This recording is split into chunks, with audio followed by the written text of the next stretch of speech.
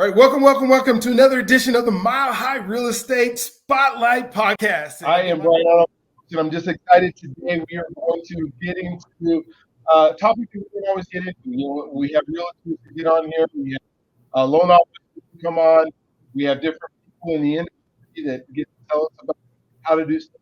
Today, we're going to talk about finances. We're going to talk about the money, because this is probably one of the biggest purchases that one would ever make. One of the biggest times in somebody's life where they're going, I don't have all, because most people, I would say most people purchase houses, don't purchase it with cash.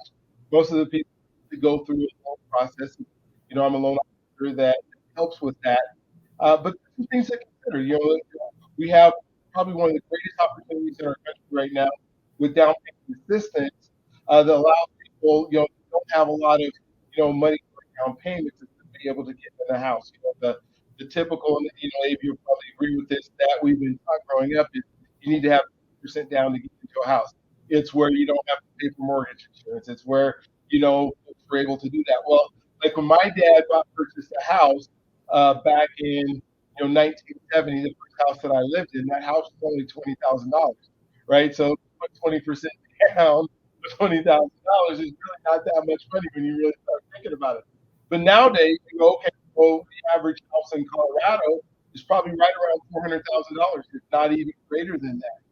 So now when you're looking at putting money down, you might need $80,000 to be able to have, to be able to put down. Not everybody goes to work, comes home, puts money in the bank and has $80,000 to put on a house. Some people don't have anything, and we want homeownership to be a reality. And so there are entities out there, some government entities even, that will give you assistance and pay that down payment for you. Sometimes in a grant, sometimes it's a loan that you don't have to pay back for a while. Sometimes it's a loan that's embedded in the payment. But there's all these different ways that we can get into a home. And so, but I thought that I'm thinking there's lots more consideration with money that you should know about, because you want to create great habits. And Abe's going to talk about that today. And so I'm excited to have Abe on. He is a financial advisor, financial planner. He helps people figure out money both before they purchase a house, after they purchase the house, while they're purchasing the house, until they die, with the money, retirement. All those different things are part of what he does. And Abe and I get to work with each other often. We do live in trust together. We work together. I try to send a lot of the clients that I have to him, because we want your financial world to be straight. We want your financial picture to look like it's exciting, look like I can't wait. We don't want you to be scared about money. We want money to work for you as hard as you're working for it. So, hey, thank you for being on today. We appreciate you being here and the time out to be on the show. If you could first tell everybody how to get a hold of you, whether it's email, numbers, social media, whatever that is, and then we'll get into your story a little bit right after that. Sure. Yeah. Thanks for having me on, Brian. This is fun. It's one of the funnest topics that I ever get to engage in. It's exciting. It's an exciting time in life, especially if it's the first time, or maybe it's even just a go around.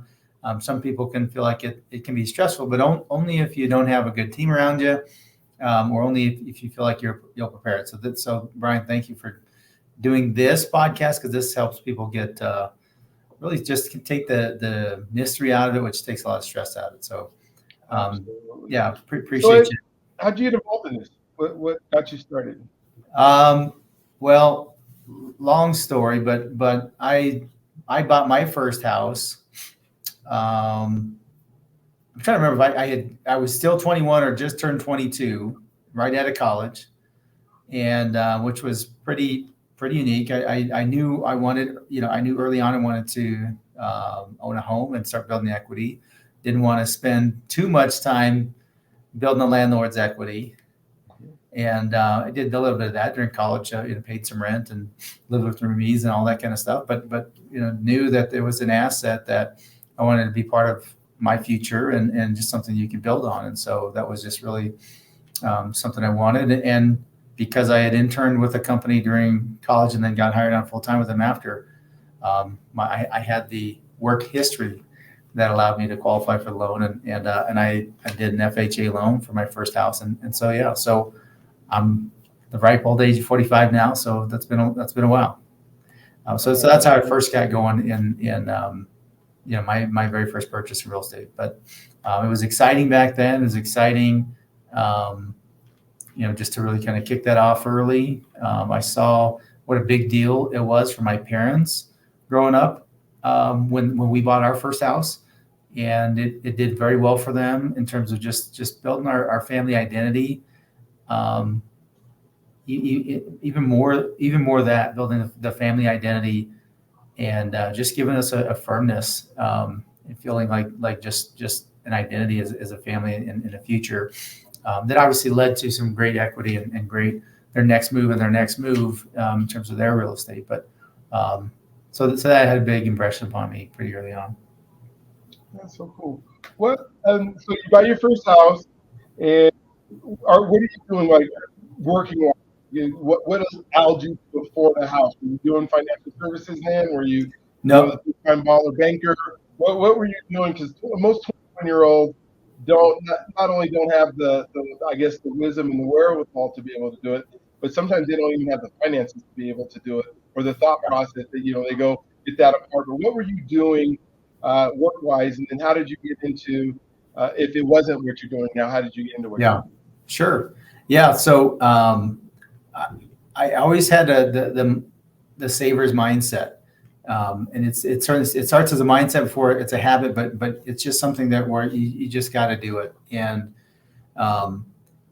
but what's interesting about that, even for the people who are immediately kind of said, "Oh, that's not me. I'm not a saver. Or I've never been a saver. I've never been able to." The first piece, you just got to commit to doing it, and so. Even somebody says, Abe, I don't know that I could ever be a homeowner because I'm not a good saver. Once you commit to the idea of, hey, I'm going to be a homeowner, it's amazing. I've seen it over and over and over again. It's amazing to watch the process, how somebody can get excited and start to, it just starts to coalesce. Things start happening, things start aligning. They just are able to start finding a way to make that big commitment happen.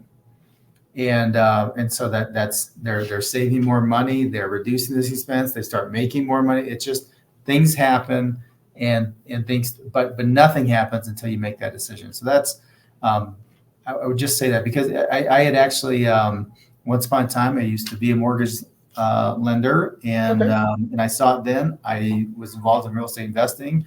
I saw it then. I as a financial advisor the last 7 years, and I'm a fiduciary as well.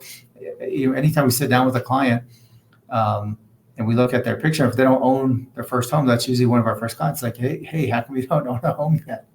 And oftentimes it's what are your real estate goals and what do you want to accomplish in that area as well. So you definitely have to have the savers mentality. And that's even if you get down payment assistance, et cetera, because again, you're committing to something bigger than next month's rent. And so just that it starts to become an identity and a shift in how you're viewing yourself. So I would say that's usually kind of first. But as a kid, I did an internship with a big, Fortune 100 company in college. And then I worked for them for 3 years after. And so that, from a financial standpoint, made internship money during college. So not a ton, but I did work hard and worked a lot in addition to taking all my credits. But after college, I got a decent offer. And even though it was actually, I graduated 2 weeks after the .com crash. So the economy wasn't, killing it at that time. It was actually, quite the opposite. But again, having that mindset and just knowing who I am and my work ethic and just saying, yeah, I'm willing to bet on myself and I can make that commitment. I'll find a way. It was, that was really the mindset of just being able to still be a homeowner at that time, even though it felt like the world was falling apart. .com crash and of course, the recession after that. And then a year later after it happened, it was 9/11 happened. So, but even so, just having that identity and that commitment of I'll find a way. So when you think about the savings and the things that you're talking about here and having a savings mentality, What does that exactly mean? Because I know there's people who think that if I save, then I don't get to have anything, and if Yeah, I have stuff, then I don't get to, save. sure. Yeah. So thanks for bringing that, because this is actually one of the concepts that one of the most fundamental concepts that we're teaching all the time, but especially when people are just kind of getting going on their financial journey. And sometimes their financial journey begins with, hey, I want to buy a house. What does that take? And sometimes it's, Abe, I want to get my financial act together. What does that take? And then one of their items is buying a house. But this mindset of, it's actually the most fundamental business equation on the planet, right? We all know it. It's my income minus my expense equals my profit, right? It's the most fundamental business equation. Income minus my expense equals profit, right? Every business on the planet is judged by that one equation. Well, guess what? Our personal finances are judged by the same thing. My income minus my expense equals my savings, right? It's just that we don't talk about it a lot because savings isn't all that sexy, right? But income minus my expense equals my savings. But if you want to say your personal profit, it really serves as the same thing. Because just like a business, right, there was that short time during the dot-com world where, well, let's judge a business by its eyeballs, right? How many eyeballs, how many clicks, but that quickly came back to reality. So every business gets judged by profit. And why is that? Because profit really is your future.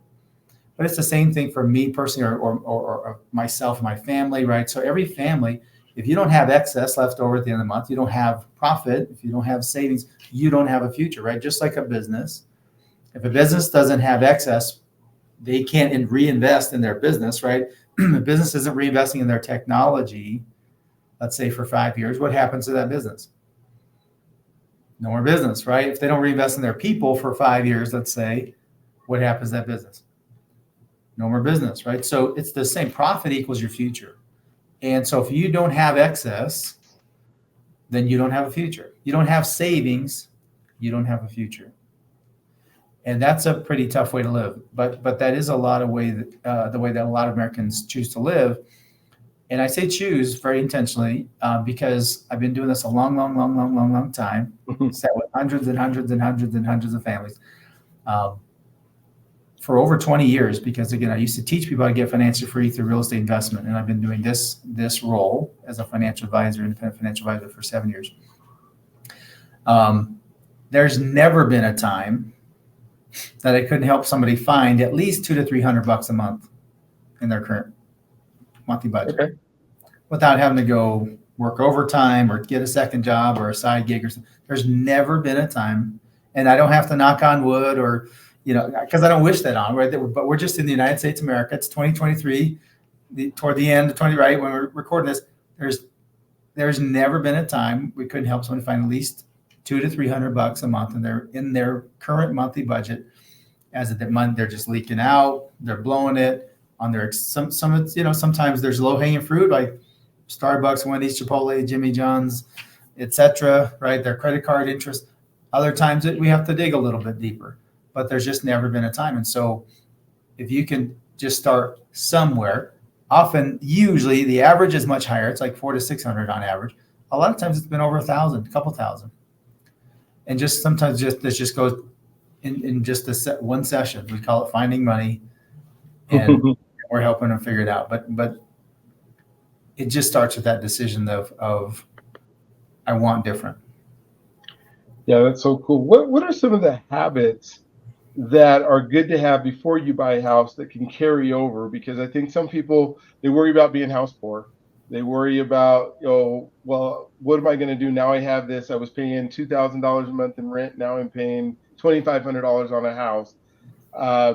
What are some things that will carry on so somebody doesn't get into trouble? I know that's another fear that people have is, what happens if I lose my job, or what happens if I do this?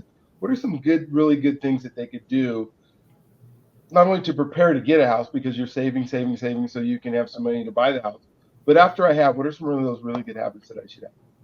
Yeah, so I mean, I like what you said. It's what are the habits I want to develop now, so that when I have the house, I'm not getting myself in trouble. And so I think that really is the key. But even if somebody says, "Hey, Abe, I don't have a dime in my name, but I want to buy a house," where do we start? Okay, that's fine too. there's back to that equation, right? The my income minus my expense equals my savings. The reason why most people don't have savings is because even though they're saying, oh yeah, well, that makes sense. I'm just like the business, and the reason I don't have savings is because they don't pay me enough. Or they'll say, well, the reason I don't have savings is things cost too much. And so therefore I don't have enough savings. And so the equation might be the same, but it's the mindset that's lacking.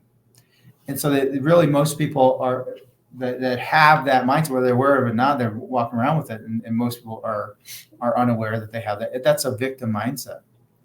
They gave the power away to somebody else, whoever's controlling their paycheck. Right. And the reality is, in the economy, things cost what they cost. Again, can we be more frugal, or can we be more judicious, or can we be ruthless on cutting, expenses and costs on things that aren't priorities? Absolutely. So can we cut in areas or certain priorities or deprioritize certain things? Of course. Can I control how much a gallon of gasoline costs? No. Can I control interest rates? No, unless I work for the Fed, and I don't. Right. So things cost what they cost. And so it just the equation might be the same, but the mindset is totally different. And so world-class mindset around money, same equation, but it just says, okay, well, things cost what they cost. And so that is what it is. And here's the things I want to do with my family and the people I care about in this world. So therefore, here's the amount of money I need to go make. And so it's more an empowered mindset around how much money I'm making, and or in this case, I want to buy a house. Okay, well, I need to be saving $500 or $1,000 a month, toward my down payment, and or bumping up my rent from my housing expense from $2,000 to $2,500. Things cost what they cost, right? So that I can't change that. Here's the things that I want to do, that I've drawn a line in the sand, that I want to do with myself, my family, the people I care about in this world. I only got one life. So therefore, this is the money I need to go make. And it might even, again, just be whether that's, you can maybe do some cost cutting, some reprioritizing, reshuffling. And again, that's just part of what we do if you need some help or want just a sounding board or second set of eyes on things. And then go to work on it. And that's an empowered mindset versus the other one, same equation, but just a victim mindset. How important is budgeting? I know it's something that businesses do all the time, and you go into a mini homes, and sometimes I'm doing loans with a lot of people, and ask them what their budget is for their expenses, and and they can't usually tell me. It's sure on you miss thing that they go, I'd never put a budget together, but it seems like it's something that's super important. Okay, yeah, great, and I'm gonna. It is, well, or is it? How important? Yeah, I'll answer your question with a question. Most people have a job; they work for somebody. Mm-hmm. The question is, how important is it to that business that they work for? It's everything. Yeah. How often are they checking the till? How much money they're making and their expenses? How often are they checking? Hopefully every day, right? Probably every day. If not several times a day. Right. And so the challenge that I have for most people is, okay, how serious are you taking the business of, let's say, the Brian Arnold household?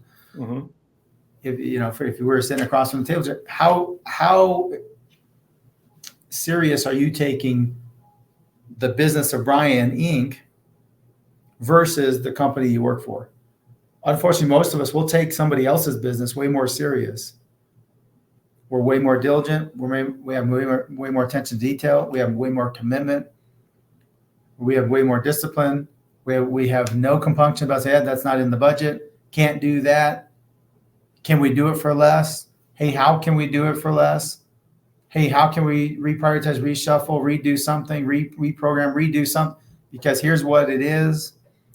We take somebody else's business way more serious than we take our own business. Yeah, and then it hurts us, right? Because we don't know, and we go to Starbucks 25 times a week, and then we realize when somebody like you comes by, that I've been spending $800 a month on Starbucks. I don't have any money. Absolutely. And even we don't know what it's keeping us from. Unfortunately, until it's maybe too late, or we're behind. And so whether it's buying a house or going on our other financial priorities, whether it's emergency fund or down payment or retirement, or we're behind because we didn't know what it really cost us. I'm just thinking through that whole process, what you said. We don't know how much our cost is if we're not budgeting. And then we think about our lifestyle, and then several people end up, because they didn't budget and they didn't save, now start using credit cards. Absolutely. And so it's back to it's a decision first, and then things aren't line up. Well, that is how people, they know it works that way because they bought the TV that way, or the furniture that way, or the new car that way. And they let the bank tell them they can afford it, or the credit card company they can afford it, or the car dealership tell them they can afford it. They didn't all of a sudden start making $500 more a month, but they now have $500 more in payments. Mm-hmm. So they made the commitment, and then they found a way to make it happen. And then just continue the cycle, right? So then they figure out how to make that happen, and then they go get some more. I heard a statistic the other day that said that the average credit card is about 22%. What does that mean for people? I mean, up to 29%. That, because the credit card company can change the amount you're paying in interest anytime they want, right? I mean, how is that hurting people with getting a home or not getting a home, or just in general life? What are you seeing? Well, it can single-handedly, destroy a family in their financial picture, and not that much debt. $5,000, $10,000, $15,000 can be leaching hundreds and hundreds of dollars a month, whereas just removing that and that swing of $300, $500, $700 a month going into savings, building the emergency fund, building their down payment, using that money to buy a house. That even if that's $500 more to purchase a house versus rent. Well, depending on their tax situation, maybe they get a little bit of tax break on that. So maybe instead of $2,500, it's $2,300 after kind of the tax break they get. And that extra $300 they were sending over to the credit card companies. It just, and all of a sudden now they're building an asset versus over here they were just living to pay the bank, living to pay their bills, living to be a source of revenue that the credit card company can count forever in their financials, right? And so most people are living, they're an asset for the bank, right? They just represent a revenue stream for these companies.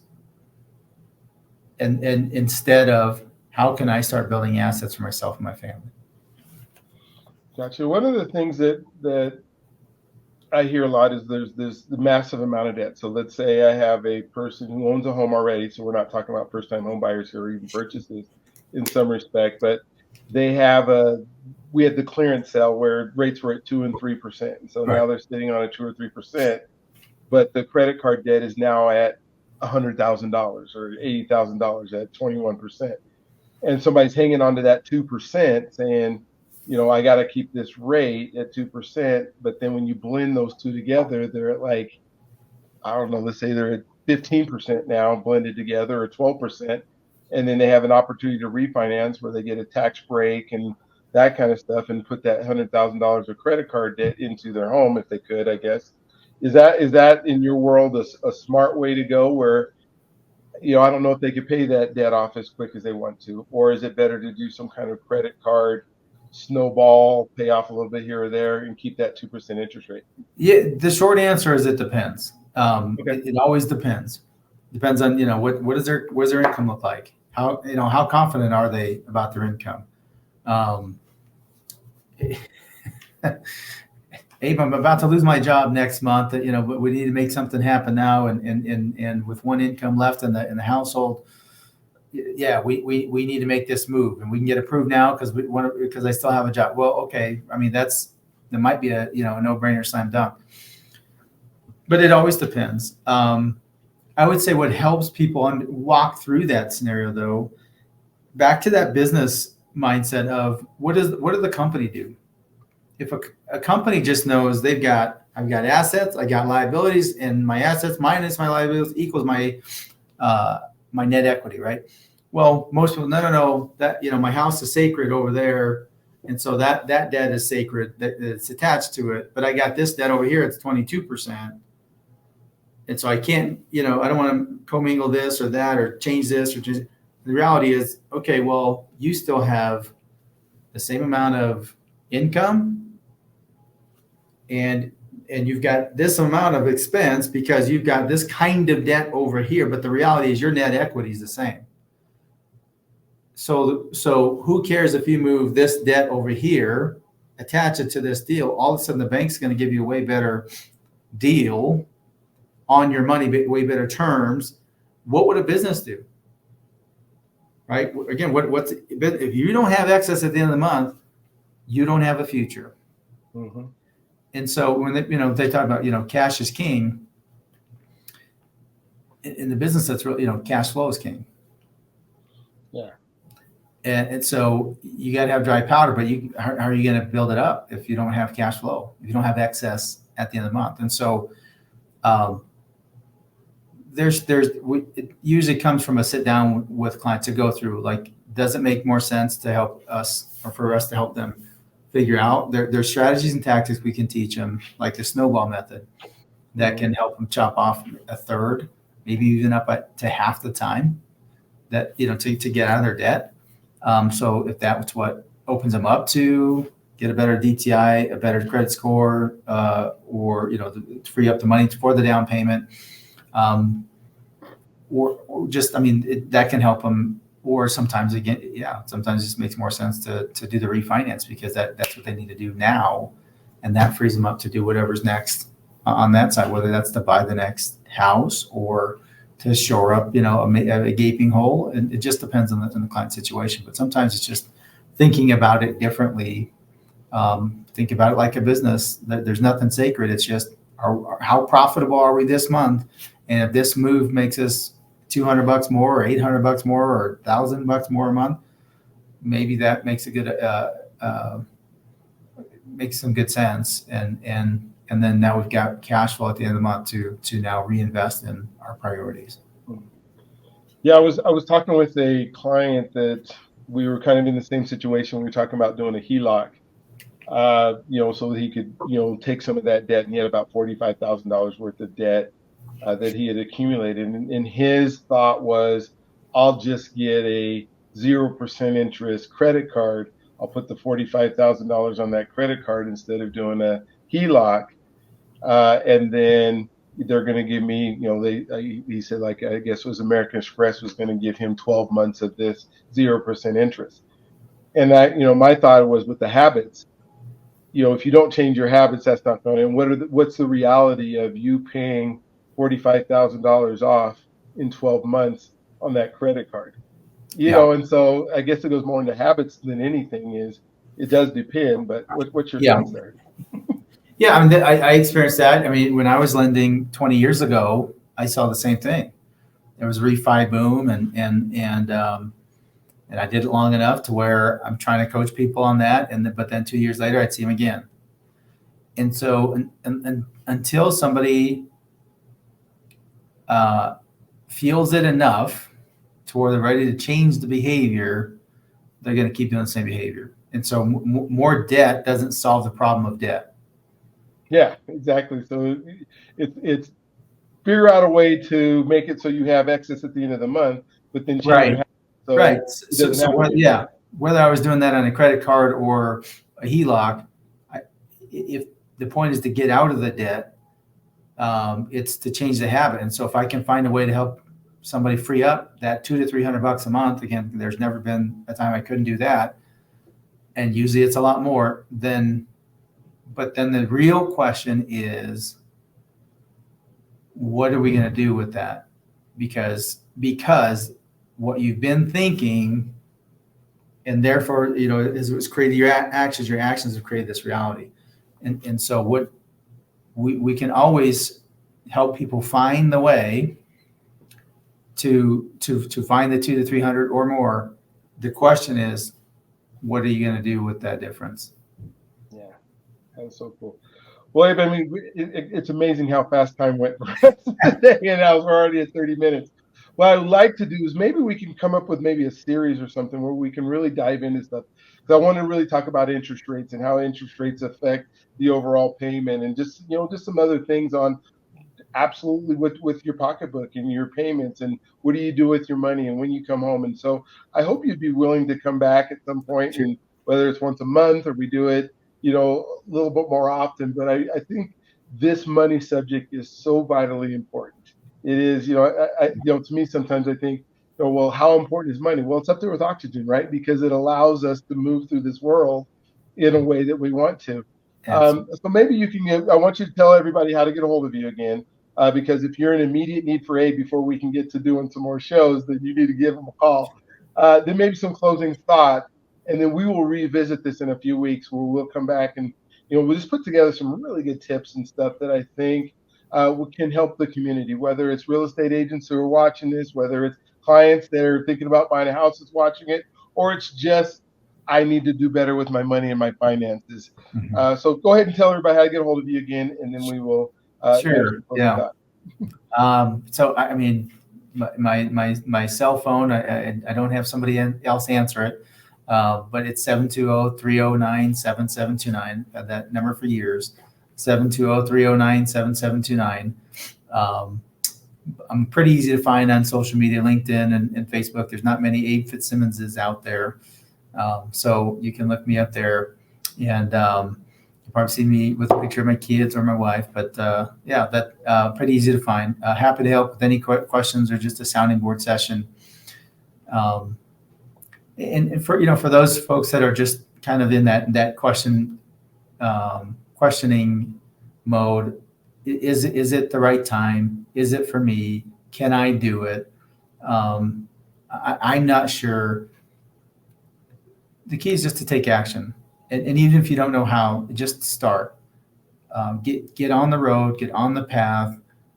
When you make that first commitment, take that step of faith, life will meet you, and things will start happening, and the right people will show up to help you, and whatever that's going to be. Whether it's to just finally get your financial act together, so to speak, or just finally start getting peace of mind, or finally get out of debt, or finally put the things together to buy your first home, your next home, your first investment property, whatever that is.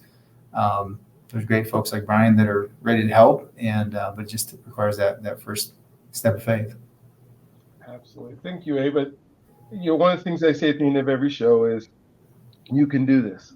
You absolutely can do this. You might need some help, and there's nothing wrong with help, but you absolutely can do this. You deserve this. We live in a country that is built and predicated upon you having the ability to start at nothing and then achieve great success in our country. And everybody, I believe, deserves to be part of that model. And the last thing that I always say is that let us help you. The one thing that I think stops people from achieving a lot of the things they want, whether it's buying a house, buying a car, having money in the bank all the time, is thinking that you need to know how to do it on your own. We are not taught all these concepts in our school system. It is not something that we do on a daily basis all the time, is track our finances like a business would be. Like Abe said, take action. And my suggestion to you to take action is call one of us. Call somebody that who's in this space that does this, to help you get on that road, on that path, to be able to do that. So thank you for being a part of another Mile High Real Estate Spotlight podcast. Again, we had Abe on today. We are going to have Abe on again. I promise you that. If you have questions for either of us, either call us individually, put some stuff in the comments down. We'll get those questions answered for you. And we thank you for being part of another show. So thank you again. Look forward to seeing you on the next one. Appreciate it. Thanks, Brian. You're welcome.